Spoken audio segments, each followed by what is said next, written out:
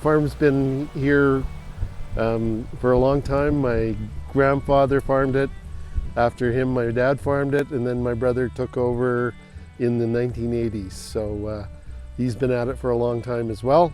Now my brother's going to be renting the land out as we transition to a retirement phase, I guess you would say. This farm's been in the family since 1936 when we moved north from southwestern Manitoba. The total acreage now, as my brother's farming it, is approximately 1,600 cultivated acres. We're standing in a canola field, and first canola crop we took off of this farm was in 1966 actually. It was before canola was actually invented.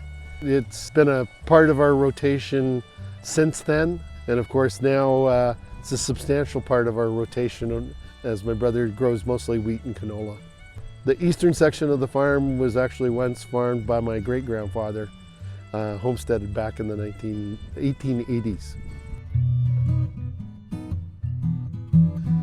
The fondest memories, I guess, of harvest are when you're young. I especially remember riding the school bus, looking through the windows just to see where we're combining, and of course it was an exciting time. As soon as we got out of school, there was no such thing as doing homework or anything like that. You just rushed out to the truck and rode along with one of the adults that was dumping grain. And of course, at the time we were using some very old combines, small, very small by today's standards, but it was certainly an exciting time. The other thing that was really, really good was that your bedtime got stretched quite a bit during that point in time. You got to help out a little bit, you felt like you contributed. So that's the fondest memory of harvest when I was young. First harvest I remember was maybe when I was about 5. It was just around when I started school, kindergarten, that type of thing. And we just run around in the trucks, and of course after that we started to help out a little bit in terms of the duties, and then eventually graduated to driving trucks during harvest, and graduated essentially by the time I was in high school to running the combines themselves. Well, the original combines that I remember on this farm was a Cockshut SP112 combine. That lasted for a few years. Of course, it was open air, no cab. It was probably a horrible experience for my grandfather or my father when they were running it. Then we pulled into pull types. We ran a number of pull types over the years, and then eventually got some self-propelleds in the early 1990s. So again, with the excitement of harvest in your youth, as you get older, you're contributing more, and of course there's time to leave the farm and you go to school or the city or whatever for employment. And so a lot of my memories are coming back to help on the farm. I've been lucky over the years to be able to participate in helping gather in the harvest on this farm over the past 35 years.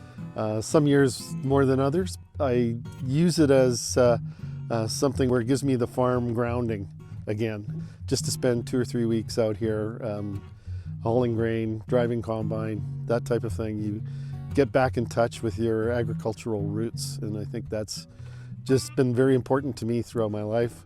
Been very fortunate that my employers have been very understanding, allowing me to work remotely during harvest and not take scheduled holidays, but only when the combines are going. So that's been a help to me as well.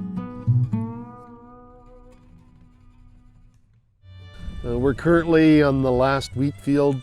Our series of wheat fields, we should be done by Sunday, but again, it'll be the last time that we're on that piece of land. I can remember a number of years that's been the last part of the farm to be harvested when it's been in canola.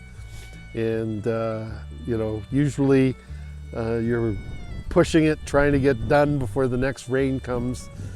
I can remember many late nights out in that field, and certainly it's one of those types of fields where you can get lost in it at night because there are no reference lights around to do. So that's going to be one of the memories from that field. But each field has a memory for you in terms of what you did wrong, what you did right, that type of thing. Well, it's interesting. Again, this is the last harvest, so you'd think you'd remember all the good times, but you really remember the screw-ups. We're on what we call the Wilson place because Mr. Wilson owned it. But basically, I remember during the wet years, I took a pickup, and it's got four-wheel drive. I thought it could get through almost anything, and sunk it down to the axles. There's a lot of memories like that that are coming up, and it's again, it's a bittersweet harvest. Remember the good times. This land has produced some excellent crops over the years. This year is no exception. We've got above average yields here, so nothing really to be too bothered about. But on the other hand, it is bittersweet because it's the last one.